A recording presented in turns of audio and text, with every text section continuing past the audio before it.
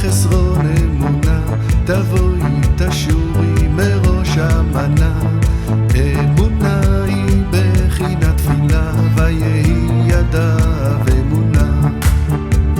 כי התפילה משנה את הטבע, וזה דבר נס וצריך גדולה להיות בשמחה, להיות בשמחת תמיד. מצווה גדולה להיות בשמחה, להיות בשמחת תמיד.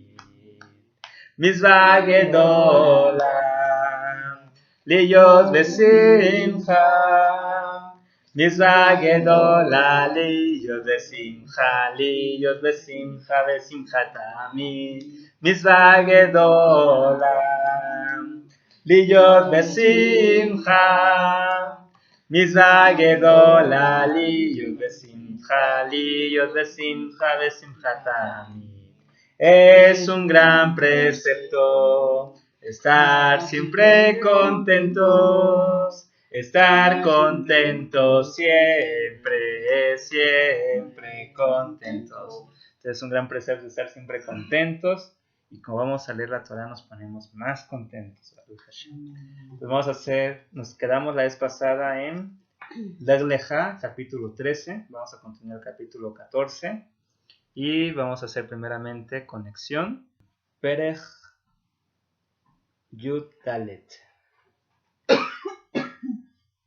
Vayehi bimei yamei Rafel melech shineam areyot melech alasar kedach elaim Emer Melech Elam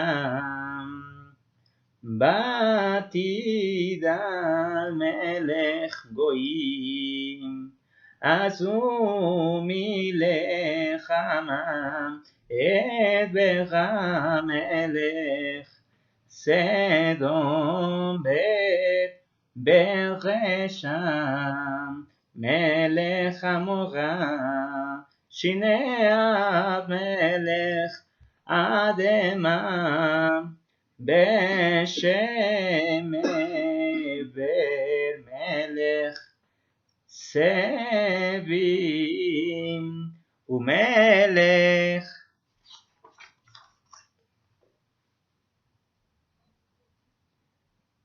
Bela Yisohar כל אלה עברו אל עמק הסידים,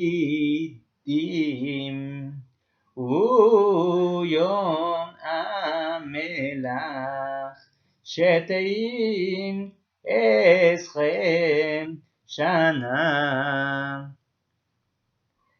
עבדו את כדר אל העומר, ושלוש עשרים שנה מחדו, ובאחריבם עשרים שנה בה, כדר אל המר. והמלאכים אשר איתו בירכו את בפאים רפאים בעשתרות כחנים בדסוזין בעם בית האמים בשווה קרחייתאים בית אחורי בערם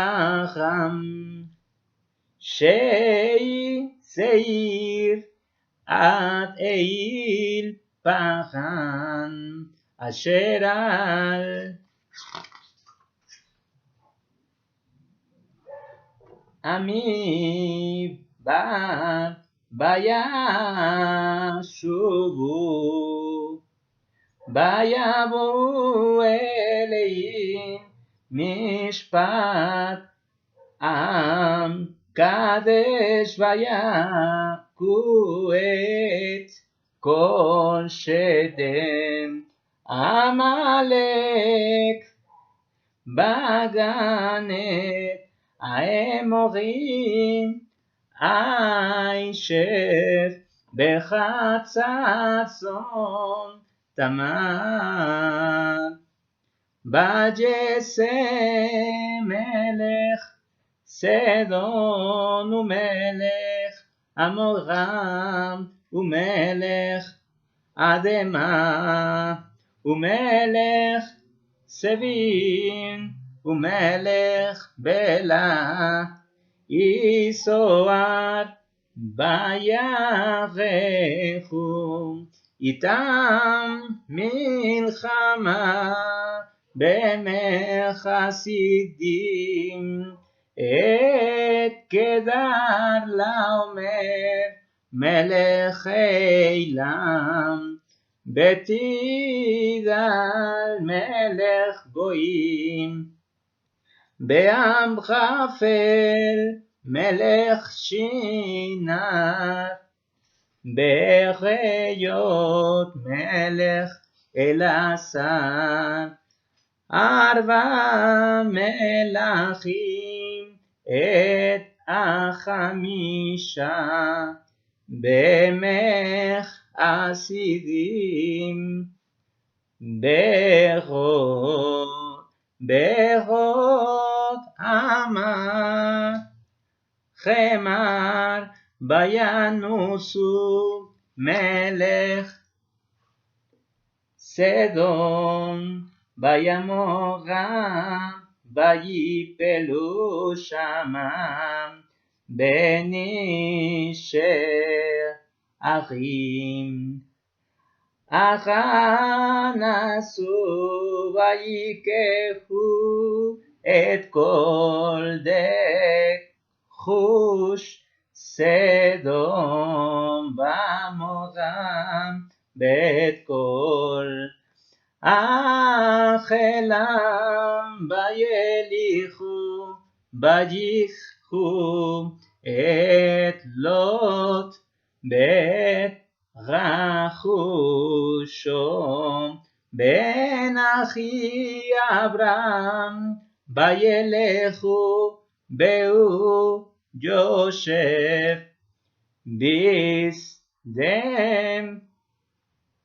בסתום ויבוא הפליט ויגד לאברהם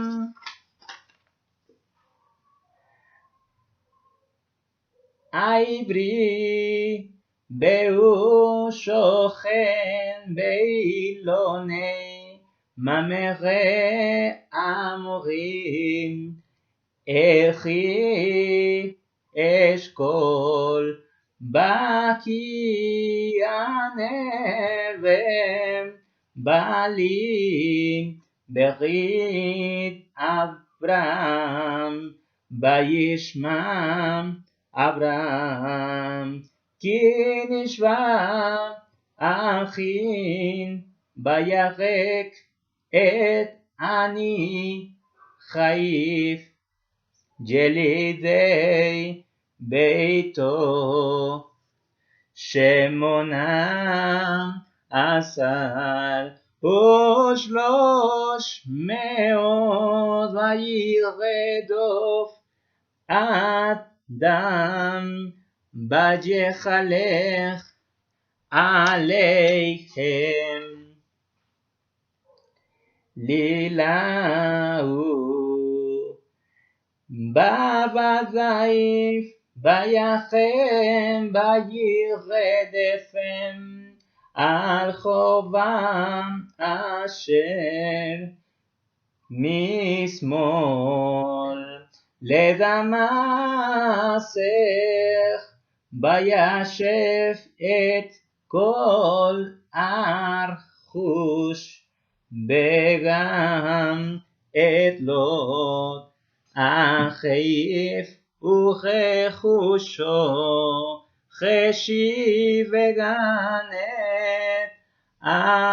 אנשים בדם ויצא מלך סדום לקראתו אחרי שובו מהכות את קדר לעומר בית המלכים אשר איתו אל עמך שבהו שמך המלך ומלכי צדק מלך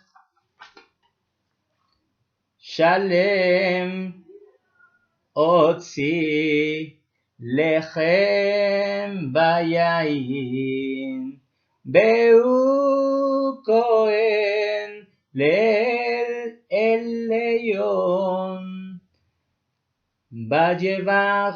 ויברכהו ויאמר ברוך אברהם ליל עליון כהני שמיים בארץ ובחוך אל עליון אשר מיגם שריך וידיך ויתן לו מעשר מכל ויאמר מלך סדום אל אברהם תן לי הנפש בהרכש קח לך ויאמר אברהם אל מלך סדום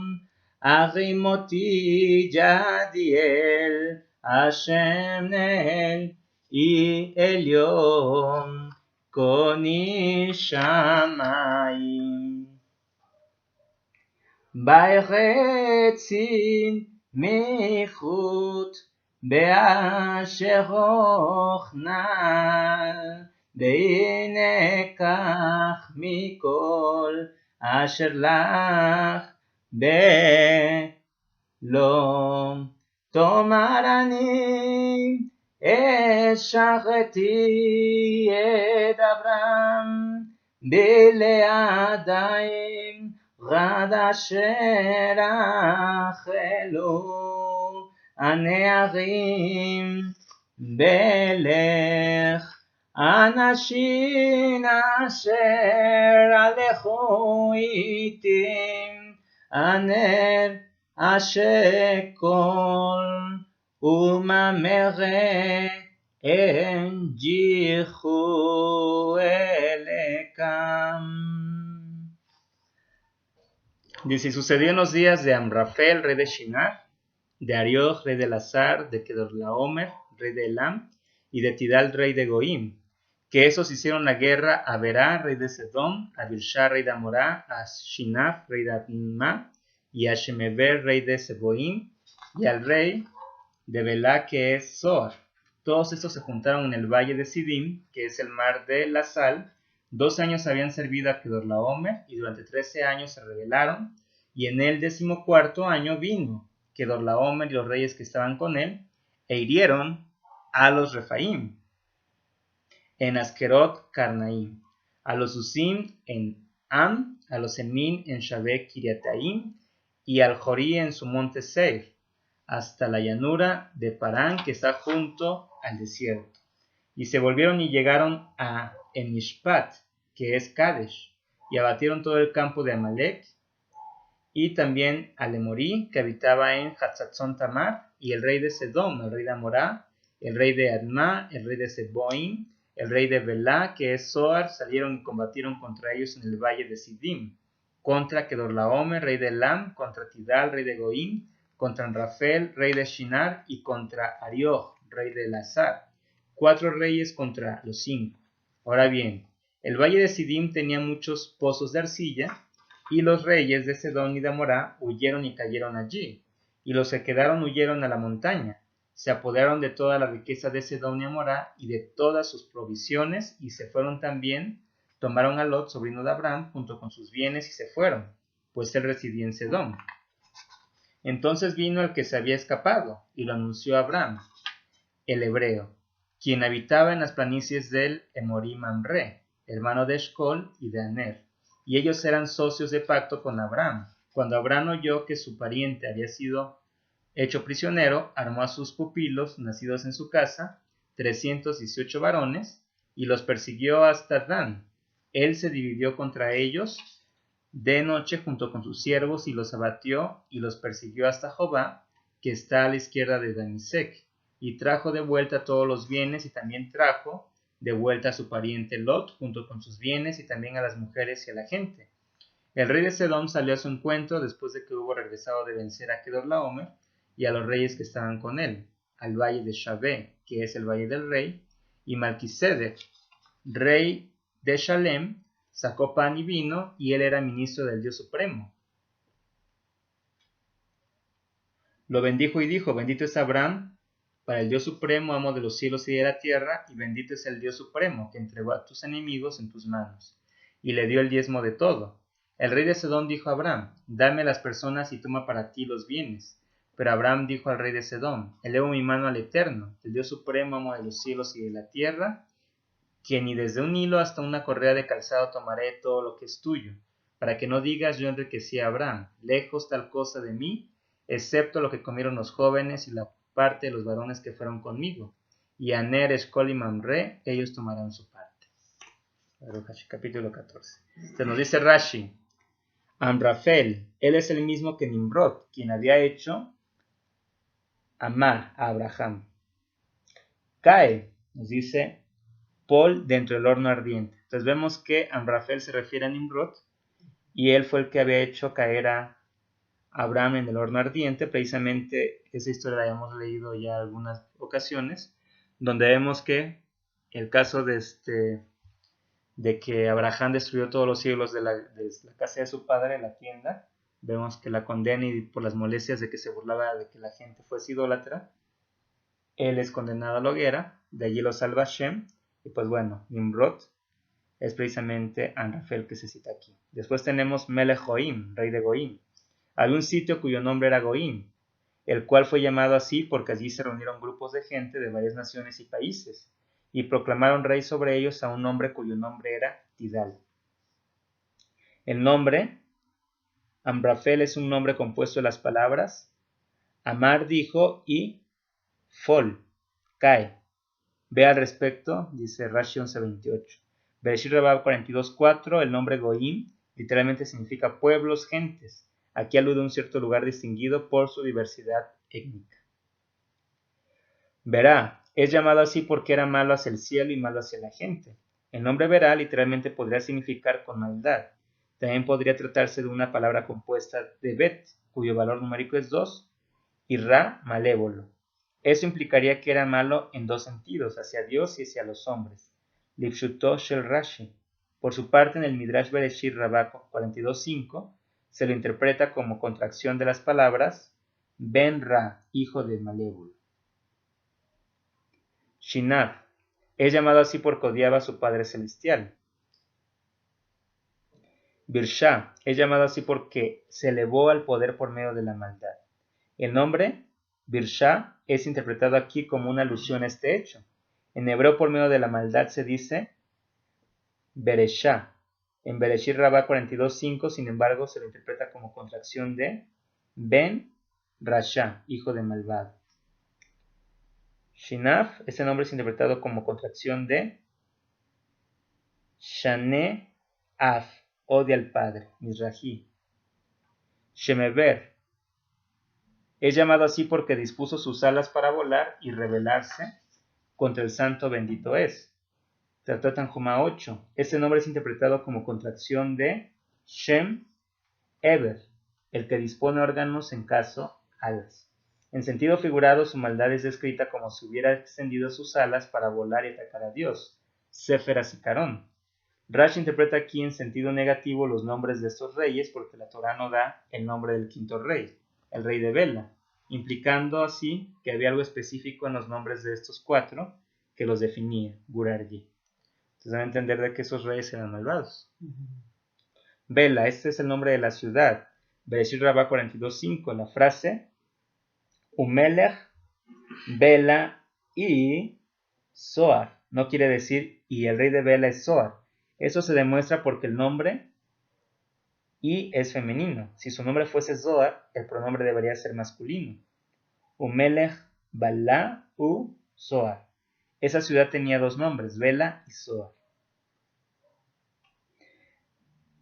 14.3. Emech a Sidim, Valle de Sidim. Así era su nombre, fue llamado así en alusión a que en dicho lugar había muchos campos. Sadot.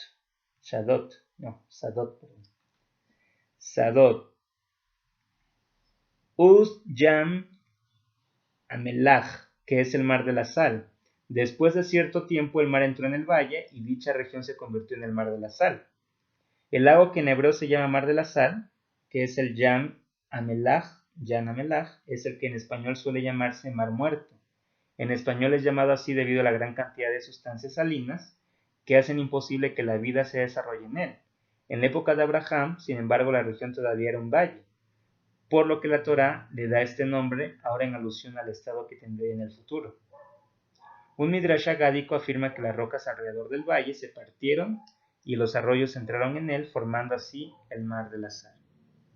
Es una breve historia del mar muerto. Bereshit Rabá 42.5. 14.4. Shetem Esere Shana Abedu. 12 años habían servido. Esos 5 reyes a Kedorlaomer, es decir, los 5 reyes mencionados en el capítulo 14.2, los mencionados en el verso 14.1 eran los aliados de Kedorlaomer. 14.5. Ubeadeva Esre Shana, y en el 14º año de su rebelión. La frase Ushlosh Esre Shana Maradu en el verso anterior se podría haber entendido en el sentido de que habían servido 12 años a Kedorlaomer y en el 13º año se rebelaron contra él.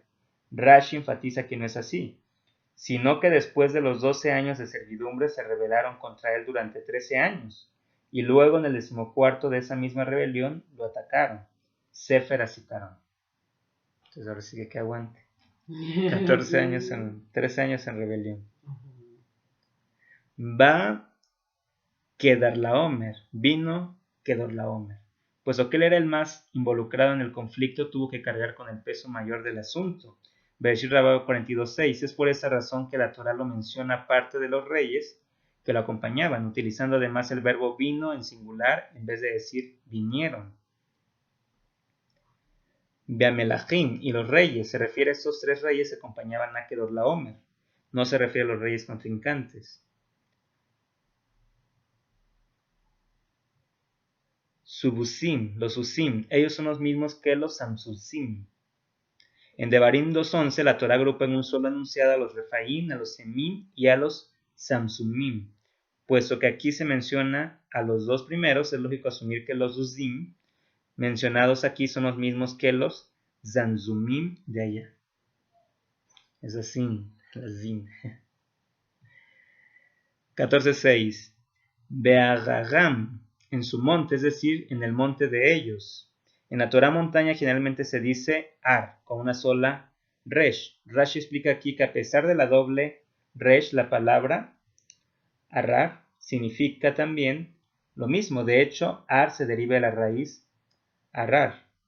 Hei, Resh, Resh, Mizrash. La Samej al final de la palabra indica el sufijo pronominal de ellos. Esta forma también aparece en Bamidbar 23.7 y Devarim 8.9, 33.15.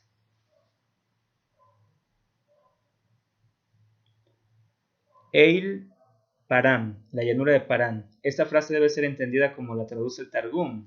Dice Mesher, planicie de Parán, pero yo digo que él no significa planicie o llanura, sino que Eils es el nombre de la planicie de la región de Parán, y de modo similar el nombre de la planicie de Mamre es Eloné. Esa palabra aparece en los versos 13.8, 14.13 y 18.1.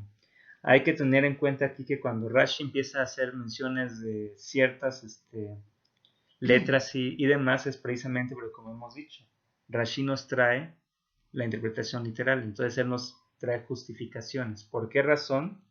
Es de una manera y no de otra. Entonces hay que entender acá que Rashi no viene a explicarnos a profundidad, sino el concepto más superficial de la Torah. Y el nombre de la planicie del Jardín es Kikar. Esta palabra aparece en el verso 13.10 en la traducción, sin embargo la hemos traducido simplemente por llanura del Jardín, en vez de Kikar a Jardín. Y el nombre de la planicie de Shittim es Abel, y por eso es llamado Abel a Shittim. Verbo Bamidbar 33:49. Y de igual modo, en el nombre Baal Gat, en Yoshua 11:17 y 12:7. Baal es el nombre del valle de Gad.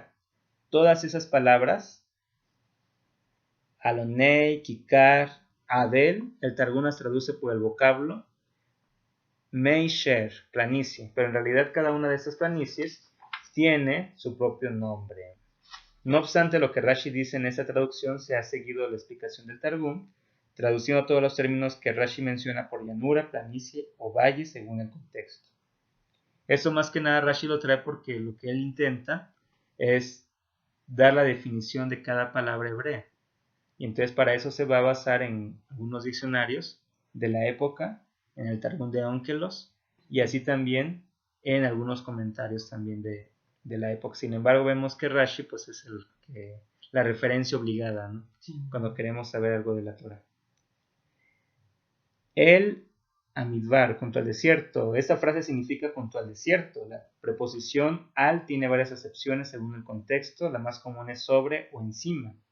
En este caso significa junto a, lo mismo que en el versículo que Rashi cita, lo mismo que en el verso siguiente y próximo a él, que dice, Alaif está la tribu de Menashe.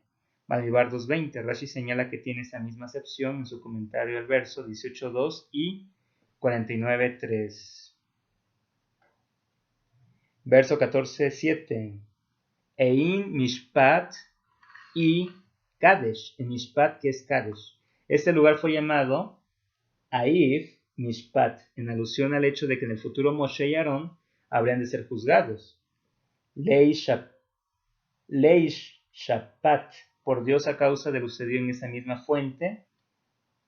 Eil, ese es el lugar de las aguas de Meribá. Tanhuma 8, ve al respecto de Bamidbar 20:13. Allí se narra que los hijos de Israel se rebelaron contra Dios y Moshe y Aarón no hicieron exactamente lo que él les dijo, por lo que Dios decretó que ellos no llevarían al pueblo judío a la tierra prometida. A eso se refiere el juicio aquí mencionado. El Rambam, sin embargo, señala que el lugar llamado Kadesh, que aquí se menciona, es el mismo que en Bamidbar 13:26. Es llamado Kadesh Barnea, desde donde se enviaron los espías para explorar la tierra de Israel. Pero el Targum de Onkelos lo traduce según el sentido llano del nombre. Era el sitio donde los hombres del país se reunían para deliberar cualquier aplicación del juicio, Mishpat. El Targum traduce el nombre Piluj por Eir Mishpat. Eir Mishpat por Piluj Dinah, lugar de deliberación del juicio. La palabra Piluj literalmente significa distinción, ya que el propósito de un juicio es diferenciar y distinguir entre el inocente y el culpable. Según eso, la palabra Ein, ojo, debe entenderse como una expresión figurada que alude al hecho de que en un juicio hay que profundizar el asunto en cuestión, leayen, para determinar quién es inocente y quién es culpable. Sede Amalekí, el campo de Amalekí. Aún no había nacido Amalek, pero este sitio es llamado así en alusión al futuro, pues sería ahí donde el pueblo de Amalek habitaría. Bereshit Rabbah 42.7. El Rambam, sin embargo, objeta a Rashi que cuando la Torah fue escrita, dictada por Dios a Moshe, el pueblo de Amalek ya existía, por lo que en realidad no se trataba aquí de un nombre alusivo a un evento futuro, pero deja abierta la posibilidad de que Rashi tenga razón. lo que implica que la gente de la época llamó así el nombre del lugar merced a una percepción profética inconsciente. Una respuesta posible a ese problema es que la Torá en realidad no hace sino plasmar la narración que Dios mismo hace de los sucesos terrenales, por lo que los nombres de la Torá asigna, por lo que los nombres que la Torá asigna no hacen sino reflejar el modo en que Dios ve los eventos terrenos desde su intemporalidad. Por la misma razón, en los versos 2, 11 al 14, la Torá describe geográficamente los ríos que salían del jardín de Edén, nombres haciendo uso de nombres que solo más tarde serán utilizados por la gente. Según esto, el rol que Moshe jugó al escribir la Torá fue únicamente el transcribir las palabras de Dios, como un escriba que copia un texto ya escrito. De hecho, así es como lo describe el Talmud en Baba Batra 16a, Naharat Yaakov. Eso que aquí se menciona es interesante porque sabemos que Moshe sube por la Torá. Hashem de alguna manera es como si lo hubiese dictado todo. Él lo escribe, lo transmite. Pero aquí lo interesante es precisamente que hay muchos hechos que en su época todavía no sucedían. Entonces fueron algunos posteriores, ¿no? Y otros inclusive también muy pasados que nadie tenía recuerdo, como por ejemplo el diluvio, ¿no? Del diluvio sabemos que eso, o el caso de Adán, Moshe no vive y Moshe fue el que transcribió toda la Torá, a excepción de las últimas partes, porque se dicen los sabios que Moshe no escribió hasta su muerte, sino que justamente después esa parte la documenta Yoshua Ben Nun. Yoshua documenta el final de Bari. Hay quienes dicen que no, que sí fue Moshe quien la escribió y que era algo profético lo que le escribió. Pero bueno, quedan abiertas las dos posibilidades, Baruch Hashem. Sin embargo, aquí pues lo interesante es eso, que en la Torah van a haber muchas cosas que todavía no van a pasar, pero que después de la época de Moshe van a ocurrir.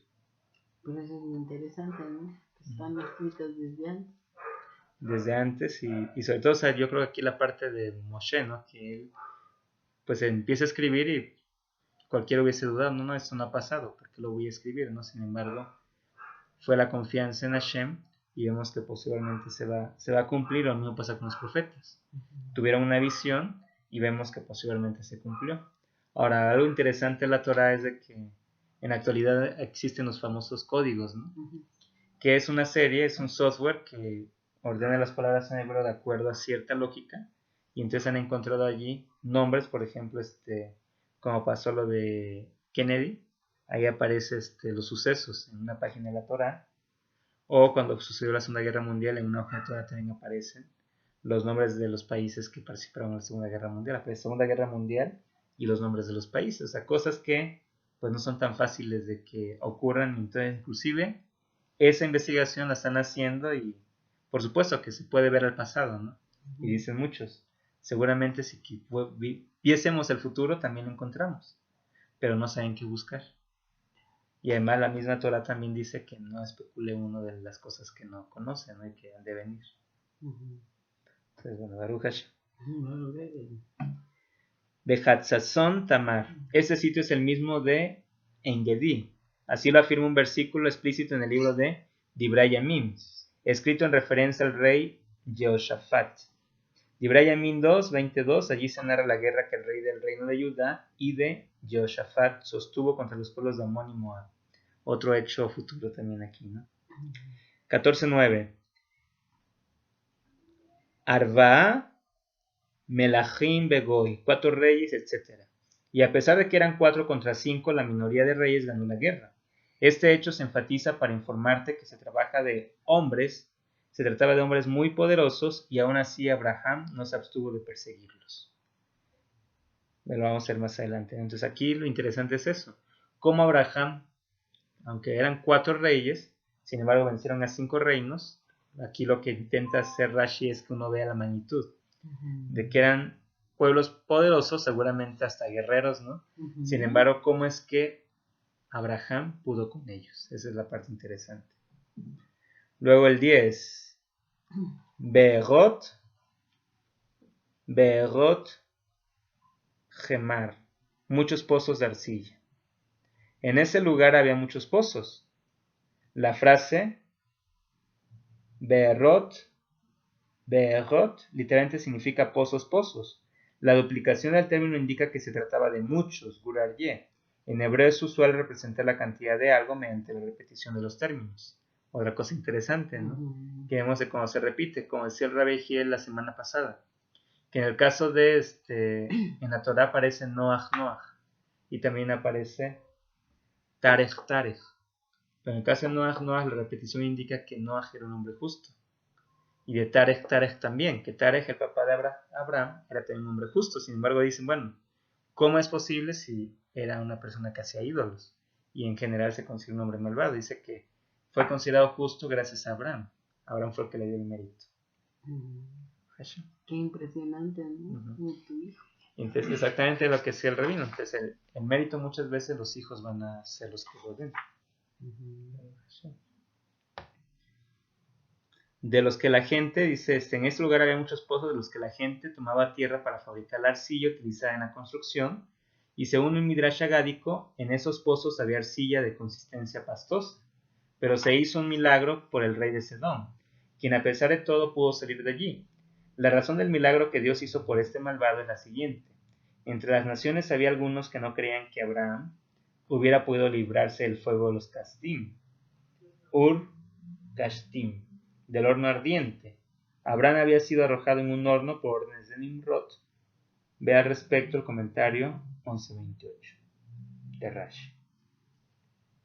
Pero ahora, a raíz de que el rey de Sedón había podido salir de la arcilla pantanosa, también creyeron retroactivamente en el milagro hecho a Abraham. Bereshit Rabá 42:7. La gente de la época era idólatra y adoraban a dioses que representaban a las fuerzas de la naturaleza. Puesto que esos dioses no se hallaban por encima de la naturaleza, no creían que los milagros fueran posibles, ya que un milagro por definición implica un hecho que trasciende las leyes naturales. Por esta razón no creyeron en que Abraham había sido salvado por un milagro, pero cuando vieron que el rey de Sedón se había salvado también de un modo sobrenatural, comenzaron a creer en la posibilidad de que los milagros existieran. Esto los llevó a creer también en el milagro ocurrido a Abraham, Mizrahi. Qué impresionante, ¿verdad? Porque esa parte de...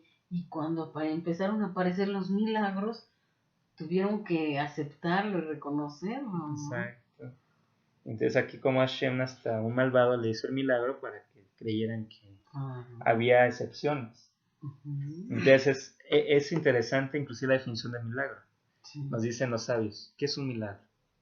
Entonces cuando nos viene la pregunta decimos, no, pues algo sobrenatural. Y nos dicen, no, todo es un milagro. Porque Hashem todo lo está creando, o sea, no de las cosas por sentado. Y sin embargo, pues bueno, eso que damos por sentado, dejamos de llamarle milagro, y precisamente va a tener que ver un milagro en sí cuando las leyes naturales se rompen, ¿no? Y aquí precisamente no está hablando de arcilla, que es dura, que como que se petrifica, y de alguna manera dice que cae el rey, sin embargo pudo salir, ¿no? Era casi imposible que saliera. Entonces a raíz de eso, pues empieza a crear esa conciencia, ¿no? Y luego, ¿qué sigue? Pues vamos a ver que Abraham, ¿no? Abraham con sus, pues con su gente, van a atacar a los reyes, ¿con qué? Pues seguramente con sartenes, con todo lo que hubiesen encontrado, ¿no? Con palos, ¿no? Con escobas, con palos, con lo que encontraran. Y aún así, los vencen. Pero ahorita hay un secreto allí, Baruch Hashem, te lo vamos a leer la citación. Ok. Entonces luego dice, Erra Nasu, huyeron a la montaña. Esa frase significa que huyeron a la montaña. O sea, dice Rashi, significa lo mismo, huyeron a la montaña. O sea, no te quiebres la cabeza, huyeron a la montaña. La palabra Erra es equivalente en significado a lear, a la montaña. A toda palabra que precede una letra lamed como prefijo de dirección se le puede agregar una letra hei como sufijo. Ahora bien, hay diferencia de los significados entre los términos jereb, jeré y ará, pues la hei como sufijo de la palabra ar puede reemplazar a la lamed, cuando esta es un prefijo preposicional que indica dirección hacia, pero no reemplaza al prefijo lamed cuando está vocalizado con pataj, esto es con una rayita abajo. En este pasaje el término jere es equivalente a la forma lear o el ar, queriendo decir hacia una cierta montaña, sin explicitar hacia qué montaña. En particular, ya que cada cual se escapaba hacia la primera montaña que encontraba, pero cuando se coloca la hei como prefijo de un sustantivo y se escribe, por ejemplo, A'agá o Amidbagá, su significado es equivalente a el Aar o le Aar, a la montaña, y se refiere a una montaña que ya está conocida y explicitada en la narrativa. El sufijo hei puede reemplazar directamente al prefijo preposicional lamet siempre y cuando la palabra no lleve el artículo determinado. En este versículo, lear se convierte en arra, pero cuando el término lleva el artículo determinado, representado por la vocal pataj, entonces es necesario escribir dos hei, una al principio de la palabra para indicar el artículo definido y la otra a modo de sufijo para indicar la preposición que indica dirección, arra, a la montaña. Es interesante ese tipo de comentarios. Por aquí vemos entonces, inclusive nos enseña Rashi algunas reglas del hebreo. Aquí estamos aprendiendo gramática. Gramática hebrea, de cómo ciertas palabras, cuando se repite una hei, cuando no se repite, cuando se puede intercambiar la hei con la lamet, y ahí va a haber otras donde nos dice, bueno, aquí debería ser una hei, pero es una vad, porque son intercambiables, y esta palabra es lo mismo que esto, y aunque los dice, y esto se equivale también a eso. Entonces, Rashi nos lleva a entender y comprender el hebreo, el lenguaje sagrado. Cómo son sus reglas y demás, que de Hashem vamos a seguirlas después también. Aquí se me hace curiosísimo cómo hace la diferencia de decir y van a una montaña o van a determinada montaña. Entonces, después dice, y fueron a la montaña, ¿no? X, a la primera que encontraron. Así nos pasa a todos. Cuando tenemos problemas y no creemos en Hashem, vamos a lo primero que creemos que es nuestra salvación. Exacto. Cuando Hashem dijo, vas a tal montaña.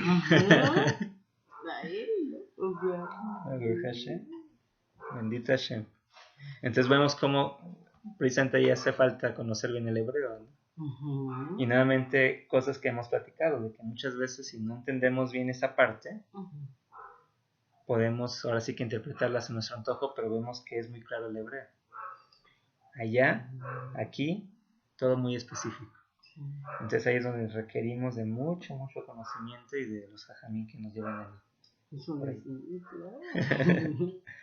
Baruch Hashem. 14:12.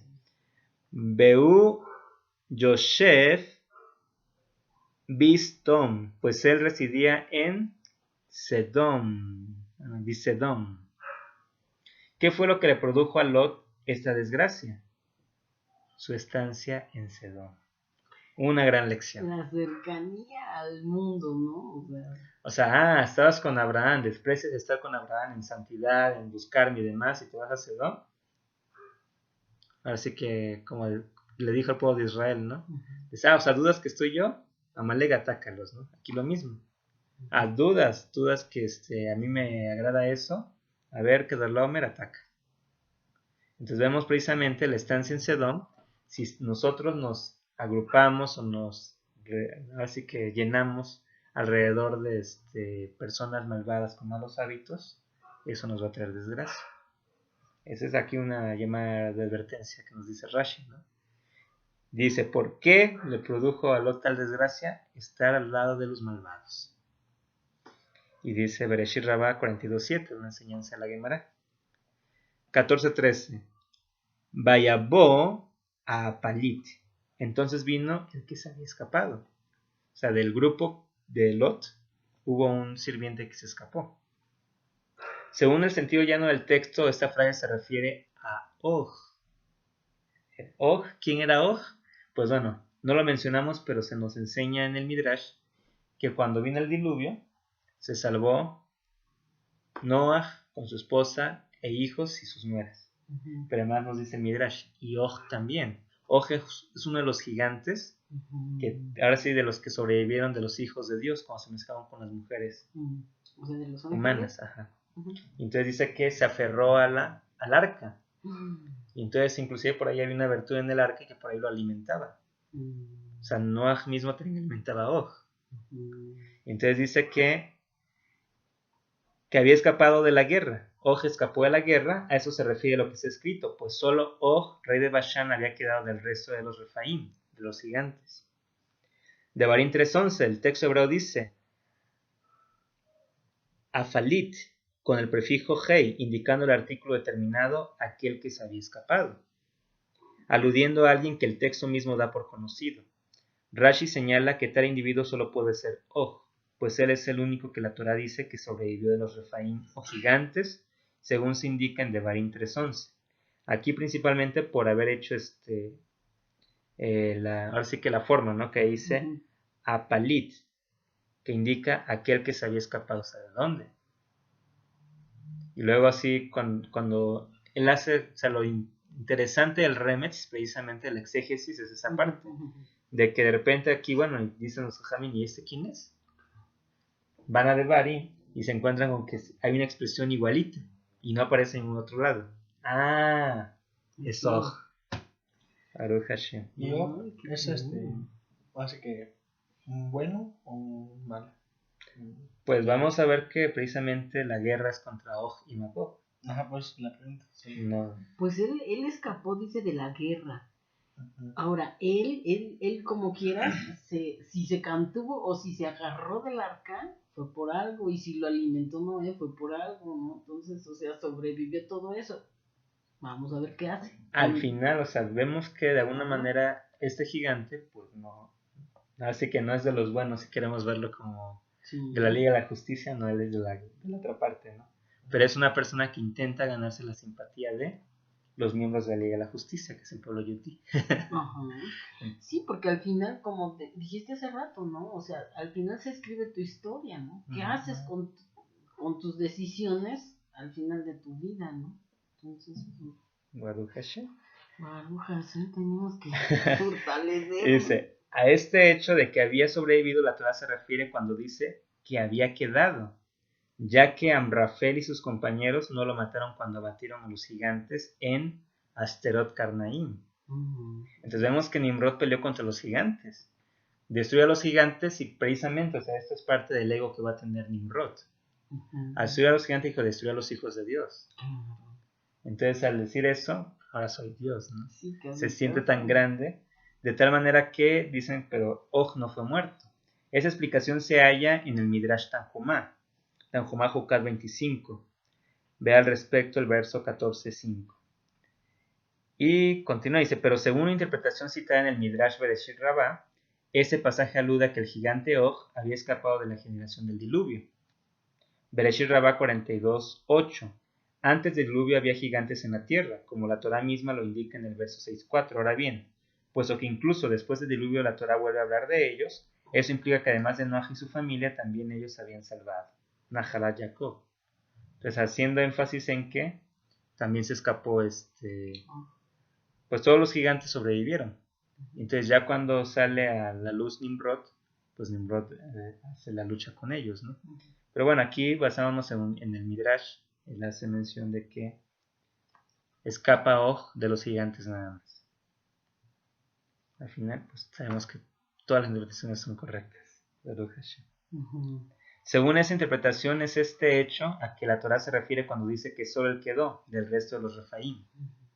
Que lo que era un hecho es de que solo él había sobrevivido, eso no hay duda, ¿no?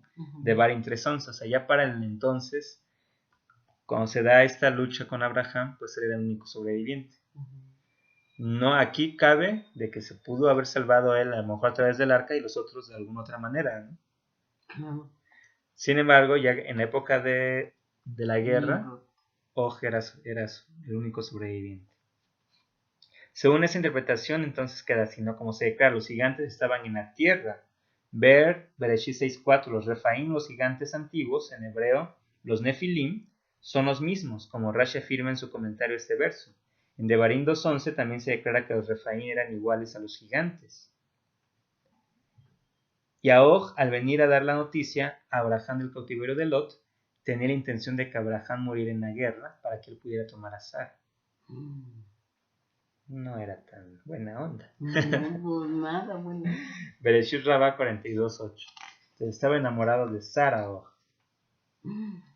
Luego a Ivri, el hebreo. Abraham era llamado así porque procedía del otro lado, que es Eber, del río. Bereshit Rabá 42:8. En ese midrash los sabios explicaron el origen del nombre Ivri, hebreo, que etimológicamente significa lado o ribera. De diversos modos, según una opinión, Ivri es un sobrenombre que la Torá le asigna por el hecho de que todo el mundo se hallaba de un lado y Abraham del otro, es decir, que él solo se había enfrentado a toda su generación y había luchado contra la idolatría. Otra opinión sostiene que Abraham era llamado así por la gente de Canaán, para aludir al hecho de que él procedía del otro lado del río Jardén. Según esto, cualquier persona que procediera idéntico origen también recibía este nombre. Una tercera opinión sostiene que Ivri era el nombre que se daba a los descendientes de Eber, hijo de Shem. Rashi aquí adopta la segunda opinión por considerarla más cercana al contexto, verba asadeh. Ver también el comentario a Rashi, el verso 10-21. Entonces vemos aquí el origen de Ivri, ¿no? Pero realmente la mayoría dice que era porque estaba del otro lado. Había idolatría y él era el único que creía en el creador. Él era monoteísta. Sin embargo, ya vimos que hay otras razones también. Ok. Baile Brit Abraham. Eran socios de pacto con Abraham, pues habían establecido un pacto con él. Según otra explicación, la expresión Baalei Brit alude al hecho de que ellos le aconsejaron sobre la circuncisión, como se explica en otro sitio. Vea al respecto el comentario de Rashi. Abraham tenía dudas con respecto a la circuncisión y ellos le dieron varios consejos al respecto. Aquí de alguna manera pues vemos que hace mención de lo que son el hermano de Eshcol y de Aner, principalmente que son los que se le unen en la lucha a Abraham. Entonces dice ¿por qué? Porque ellos son los que le aconsejaron que se hiciese la circuncisión. Bayarek, armó. Ese término debe ser entendido como lo traduce el Targum Don Kelos, que dice Bazareis. Un poco complicado. Bazareis. Él armó. Él aprestó. Significa lo mismo que armer en francés antiguo. En español armar o armarse.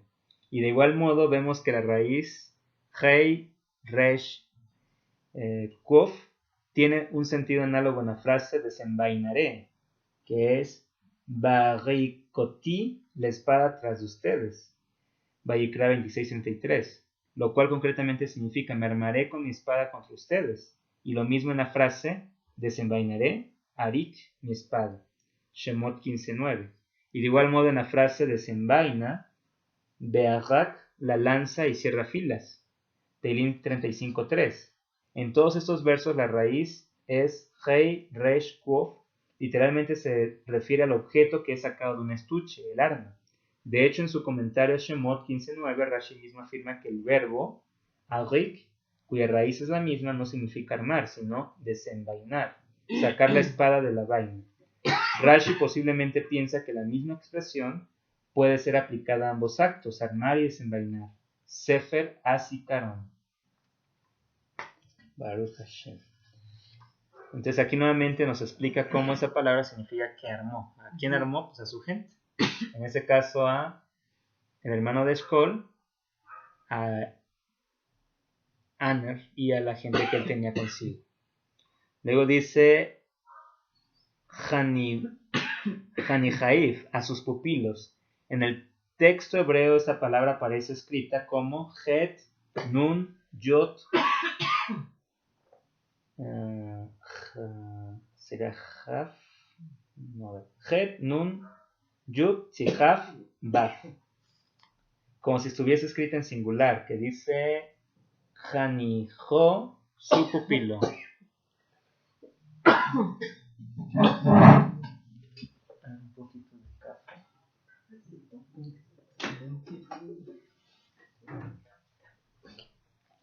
Era mi casa. ¿Está? Okay. Perdón. Es que en el lugar me interrumpo.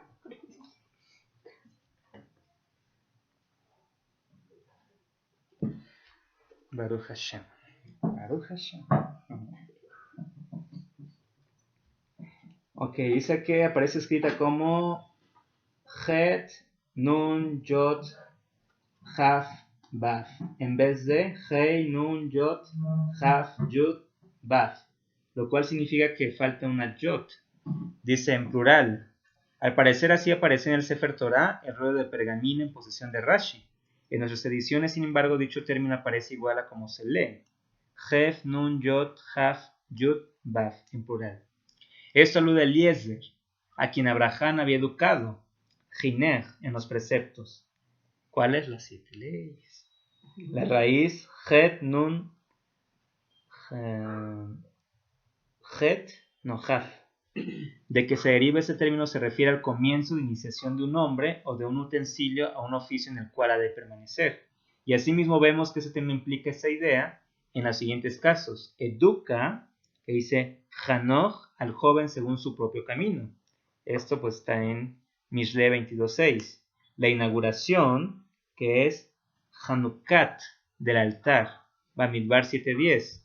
La inauguración, Hanukat de la casa, Teilín 31. Y en francés antiguo, a tal proceso lo llaman Ernisier, que es el concepto básico que la raíz Haf, Nun, Haf expresa es inaugurar, iniciar, según afirma Rashi. Por lo mismo, también se la utiliza para expresar la idea de educar o criar. Hay 3 versiones de la transliteración a hebreo de la palabra en francés antiguo que Rashi cita: Ernisier, enseigner y extrainer. Iniciar, enseñar y entrenar, respectivamente. Lo más probable es que la versión correcta sea la primera o la tercera, pues se apega justamente al sentido de su comentario enseigner, que se debe probablemente al error de un copista. Entonces vemos que principalmente es iniciar, entrenar. Entonces aquí decía que sus pupilos, o sea, a los que Abraham enseñaba las leyes, a los que les enseñaba el camino correcto, ¿no? Entonces no fueron cualquier persona los que salieron con Abraham. Eran personas de una manera que tenían un grado espiritual ya alto también. Baruch Hashem. Entonces vámonos a la guerra. Shemoná, Azar, Begoy, 318, etc. Nuestros maestros dijeron que se trataba solamente de Eliezer, ya que 318 es el equivalente numérico en gematría de su nombre en hebreo, Eliezer. Entonces, una Aleph, que vale 1, una Lamed, que vale 30, una Yod, que vale 10, una Ain, que vale, una Zain, que vale, y una Resh, que vale. Entonces, bueno, al final suma 318.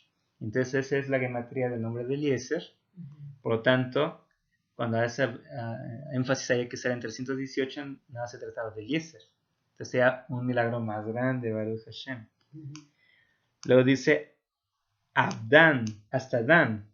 Allí decayeron las fuerzas de Abraham, pues vislumbró proféticamente que en ese lugar sus descendientes posteriormente erigirían un becerro de idolatría. Baruch Hashem.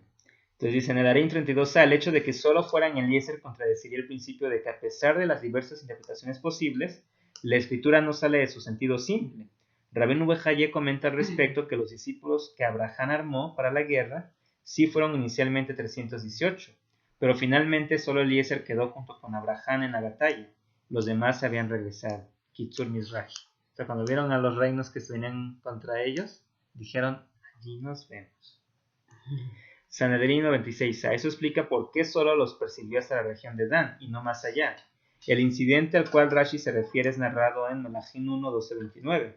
Años después de la escisión del reino de Israel tras la muerte del rey Shlomo, en 2 reinos independientes, Yehudá en el sur e Israel en el norte, el rey Jeroboam de Israel instaló 2 imágenes idólatras en el país, una en Betel y la otra en Dan. Con ello quería evitar que la gente se dirigiera al templo de Jerusalén. Este suceso fue uno de los que solamente provocó mayor división en el pueblo, sino que además contribuyó a incrementar la idolatría en Israel. Entonces esto fue lo que de alguna manera hizo que Abraham no siguiera, porque él, al ser también un profeta, pues vislumbró, ¿no?, lo que pasaría en el futuro. Vayajalek Aleichem. él se dividió contra ellos. Conforme al sentido llano de la frase en hebreo, según el contexto, este versículo debe transponerse para decir, se dividieron él y sus siervos contra ellos de noche. En el original la frase lleva la secuencia sintáctica siguiente, verbo, complemento, sujeto, lo cual en hebreo resulta un tanto ambiguo. Rashi señala que para entenderla correctamente según el sentido llano, hay que cambiar el orden por verbo, sujeto, complemento. En español la secuencia correcta sería la siguiente, sujeto, verbo, complemento. Él y sus siervos se dividieron contra ellos de noche, pero ello implicaría cambiar tanto el verbo, que es vayajalek, como todos los demás, de singular a plural, para respetar el singular y al mismo tiempo seguir la sintaxis en español. Hemos puesto la expresión Ba'abadaif y sus siervos al final, cambiándola por junto con sus siervos. Abraham dividió a sus servidores de la misma forma que suelen hacerlo los perseguidores, quienes dividen sus fuerzas tras los perseguidores cuando estos escapan en distintas direcciones. Vemos aquí que Abraham dividió las fuerzas para poder vencer.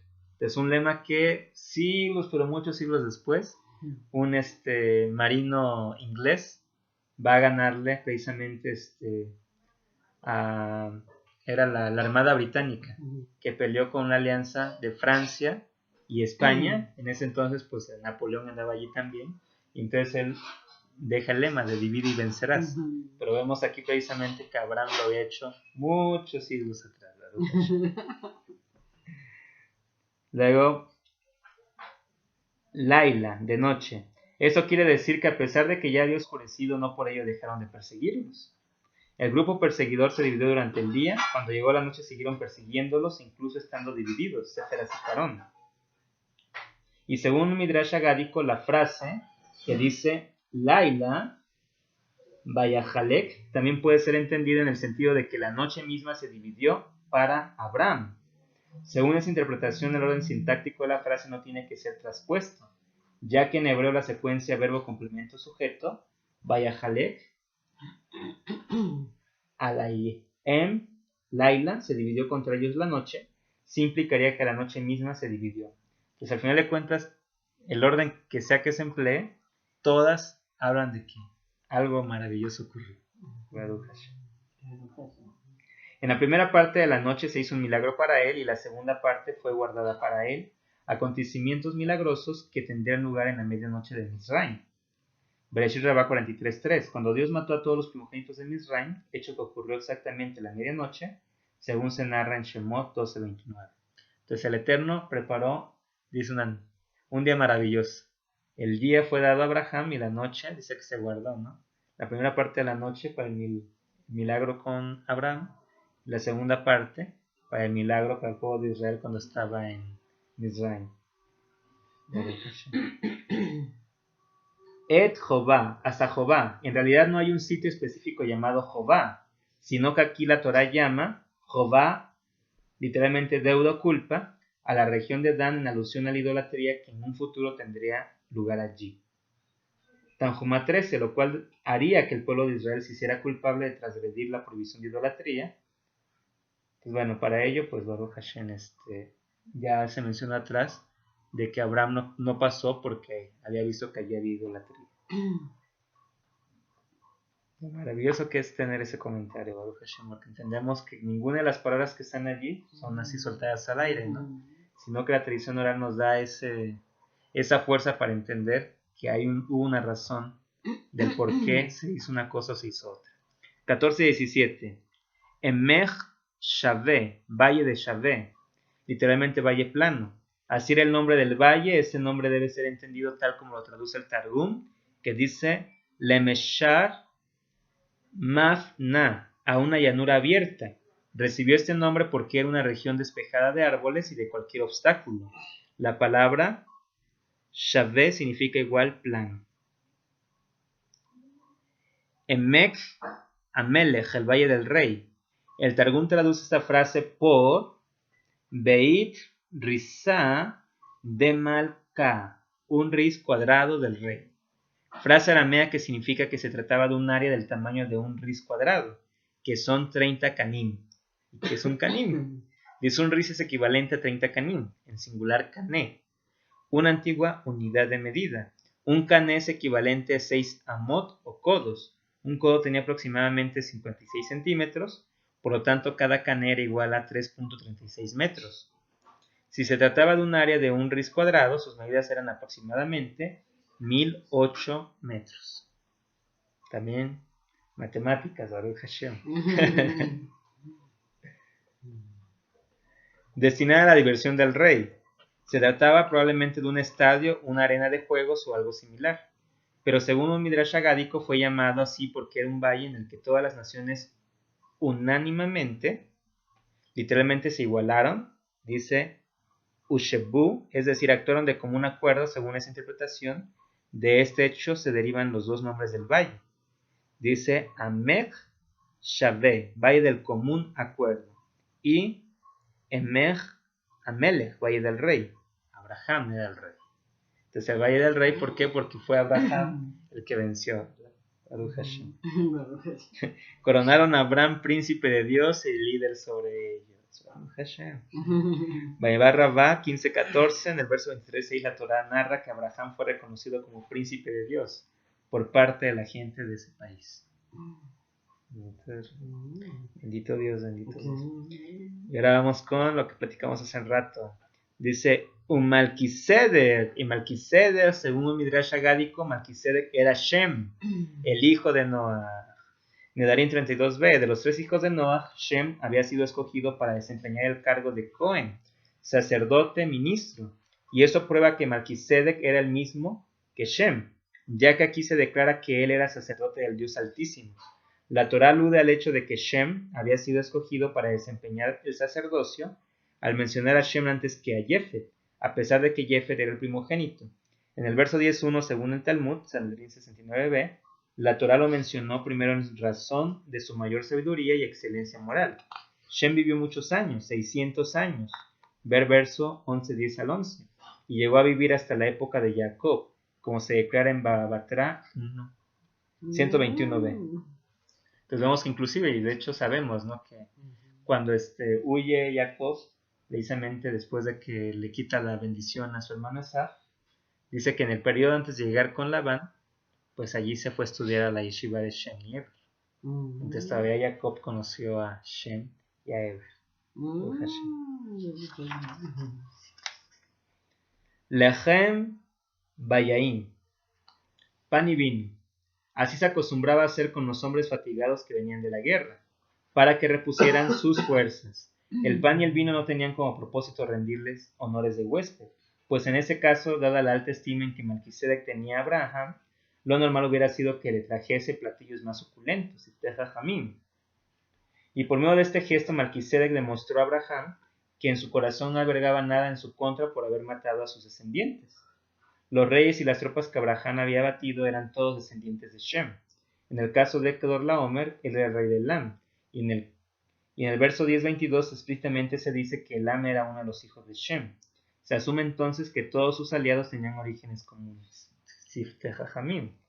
Entonces también una gran prueba para Melquisedec, para Shem. Entonces Melquisedec demostró a Abraham que en su corazón no había odio. Pero según un midrash agádico, él, al específicamente traerle pan y vino, Melquisedec le hizo una alusión a las oblaciones de harina y a las libaciones de vino que en ese lugar, hablando aquí en Bereshit Rabbah, Melquisedec, Bereshit Rabbah 43.5, Melquisedec es descrito como rey de Shalem. Según una vieja tradición, Shalem es el nombre del sitio que más tarde sería llamado Jerusalén. Y de hecho así es como el Targum lo explica, según el Midrash Bereshit Rabbah 56.10. Shem, hijo de Noah, llamó Shalem a ese lugar. Abraham, por su parte, le dio el nombre de Yireh. Así pues, el nombre Jerusalén sería un nombre compuesto de estas dos palabras, Shalem y Yireh. Baruch Hashem. No, lo dije al revés. Yireh. Sería Yireh, Yireh Shalem. Ahí va, ¿no? Yireh Shalem. Por Shem y por Abraham. Y nos dice, bueno, hacía referencia a la harina y libaciones de vino que en ese lugar ofrecerían los descendientes de Abraham. Eso se infiere del hecho de que la Torá enfatiza al final del verso que Melquisedec era ministro Cohen del Dios Altísimo. En su calidad de ministro de Dios, el acto de dar pan y vino a Abraham fue un gesto simbólico que aludía a las ofrendas que los Coanim, descendientes de Abraham, ofrecieran en ese mismo lugar a Dios. Ahora aquí, cuando dice, aquí en el comentario de Rashi, dice Dios Supremo, hay una nota. Dice, en todos los pueblos del mundo siempre han habido sacerdotes que se dedicaban al culto de los dioses paganos, que no eran sino representaciones de las diversas fuerzas naturales o espirituales que regulan el mundo. Melquisedec era sacerdote en este mismo sentido, solo que él rendía culto al Dios Supremo que gobierna todo el universo, y es por esa razón que la Torá lo designa como ministro del Dios Supremo. Dice el Elión. Al mencionar este nombre, la Torá quiere indicar que Melquisedec rendía culto a la fuerza más poderosa y suprema de todas las demás fuerzas que hay en el mundo. A pesar de no haber mencionado al Eterno por nombre, Melquisedec reconoció la existencia de un Dios supremo, según el Ramban. Y además es impresionante ver eso, porque está la par que Abraham, reconociendo, ¿no?, el Dios único, ¿no?, y sirviéndole ya como sacerdote. De hecho, eso no es así, que no es de Torah, la verdad no sé qué tan cierto sea esto, pero hay una película donde precisamente trata del diluvio, bueno, posterior al diluvio de Abraham, pero donde parte de lo que se muestra en esa película es una película con los años 50, se llama Abraham precisamente, 50-60, sí, ya empezó la TV a color. Pero aquí una de las cosas que me llamó la atención de esa película es que allí se hace mención de que Sara de repente llegó a creer que Abraham estaba medio loquito, ¿no? Porque decía, bueno, es que solo tú hablas con Dios, nadie más habla con Dios. Tú, ¿cómo estás haciéndole caso a tu cabeza? ¿Cómo sabes que no eres tú que estás ya enloqueciendo? Y entonces que Sara constantemente le estaba presionando. Aquí él estaba loco, que todo era su imaginación. Entonces luego pasa esto de lo de Lod y demás, y se encuentra Melquisedec. Y que Sara estaba allí, y entonces le dice, Abraham, ¿encontraste otro loco igual que tú? De alguna manera ya ahí era como una prueba de decirle, no estás loco, efectivamente existe el Dios Supremo. Y esto fue una gran alegría para Abraham, porque precisamente encontró a un servidor de ese Dios. Porque él tanto tiempo buscando y no encontraba a nadie. Entonces se encuentra con Melquisedec, y entonces él, pues Baruch Hashem, o sea, se siente que valió la pena todo lo que había hecho, ¿no? Por eso le da el diezmo en reconocimiento. Exactamente. Vamos para allá. Dice Asher Miguel, que entregó. El verbo Miguel significa entregó, y asimismo en la frase, ¿cómo he de entregarte? Amageneja, oh Israel, en Osea 11:8. Miguel es un verbo en el modo piel intensivo derivado de la raíz mem, gimel, nun.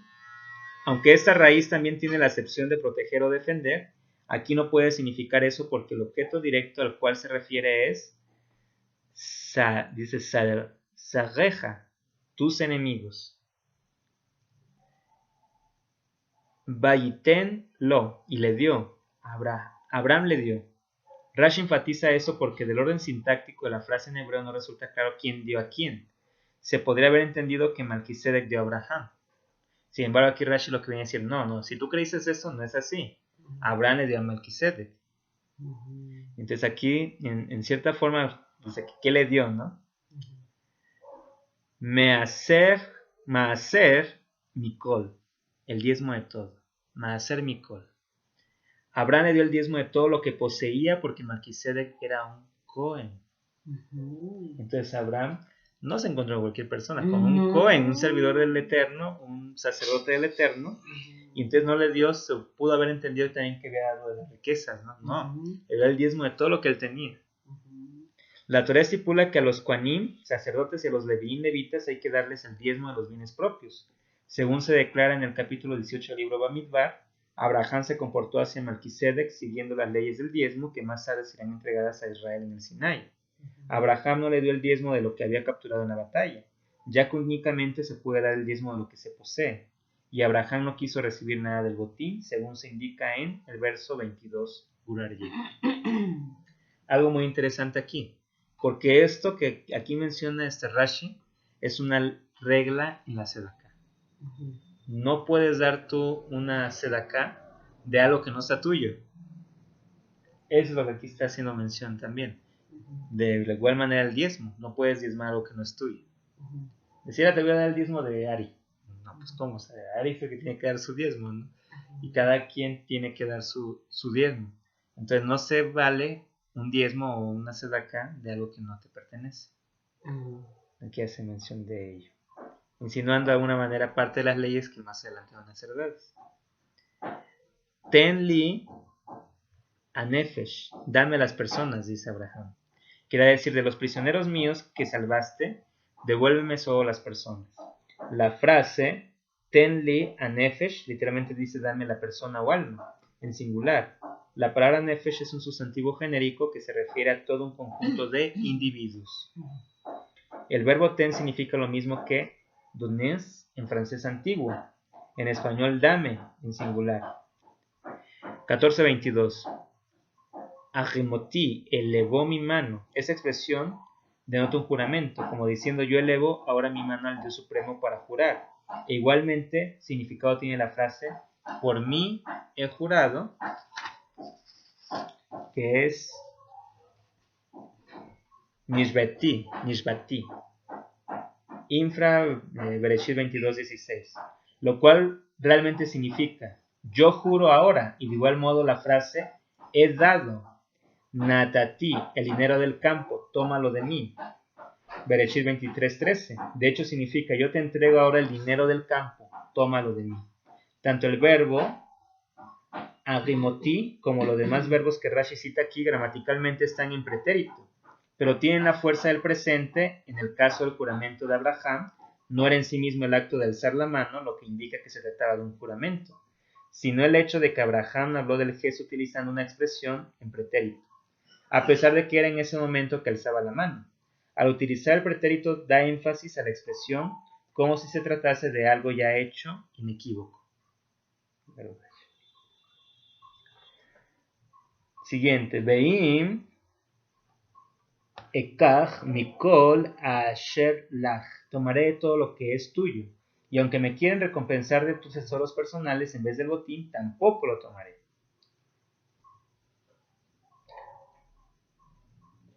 Ok, aquí me brinqué un paso, me regreso.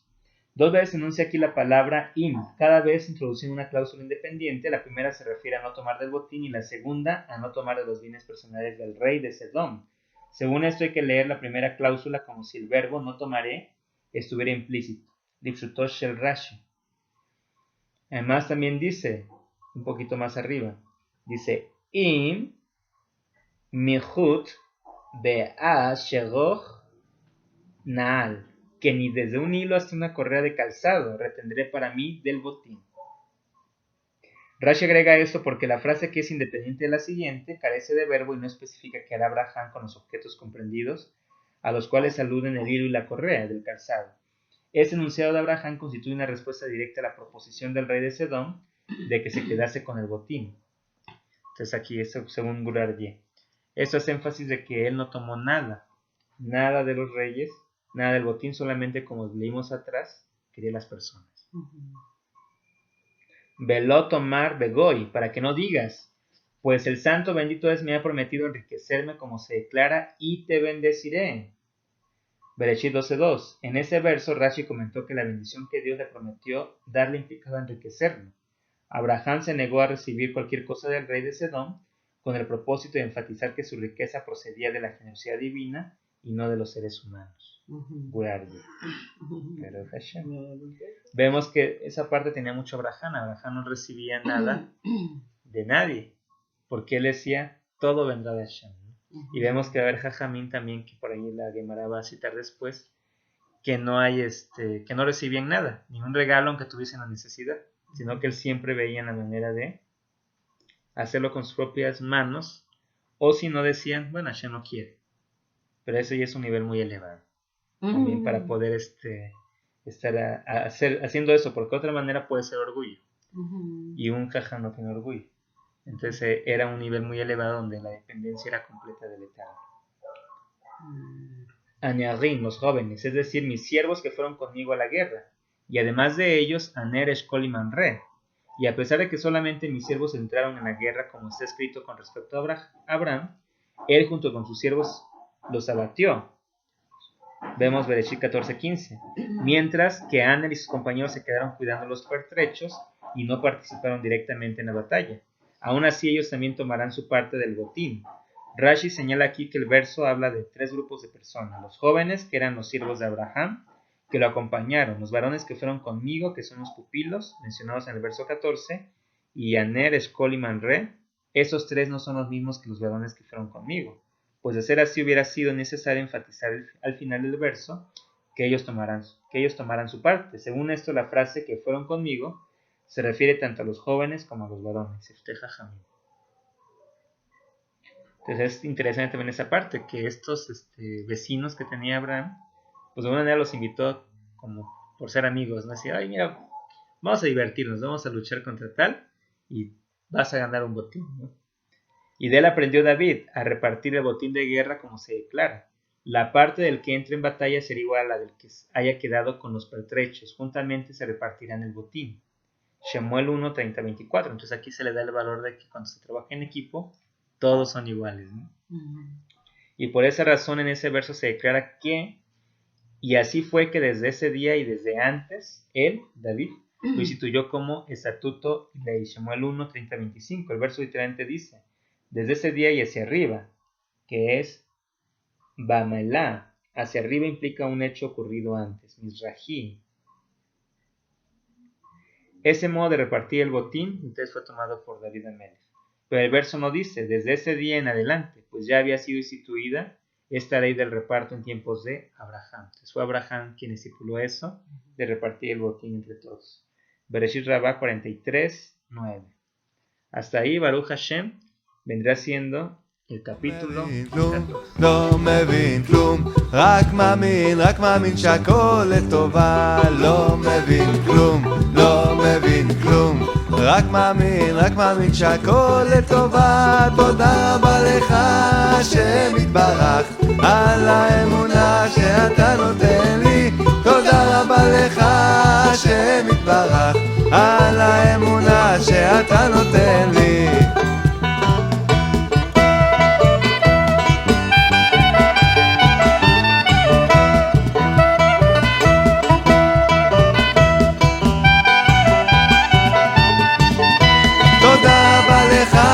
השם יתברך על האמונה שנתת לי. תודה רבה לך השם יתברך על האמונה שנתת לי. לא מגיע לי כלום, לא מגיע לי כלום, לא מגיע לי כלום, לא מגיע לי כלום, לא מגיע לי כלום, לא מגיע לי כלום. תודה רבה לך השם יתברך על כל מה שנתת לי. תודה רבה לך השם יתברך על כל מה שאתה נותן לי.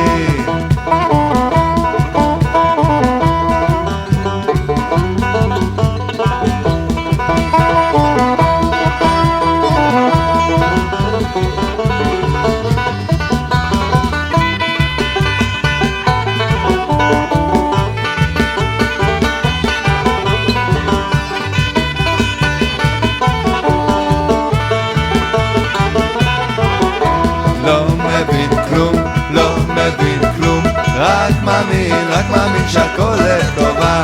לא מבין כלום, לא מבין כלום, רק מאמין שהכל לטובה. תודה רבה לך השם יתברך על האמונה שאתה נותן לי. תודה רבה לך השם יתברך על האמונה שאתה נותן לי. לא מבין כלום, לא מבין כלום, רק מאמין שהכל לטובה. לא מבין כלום, לא מבין כלום, רק מאמין שהכל לטובה. תודה רבה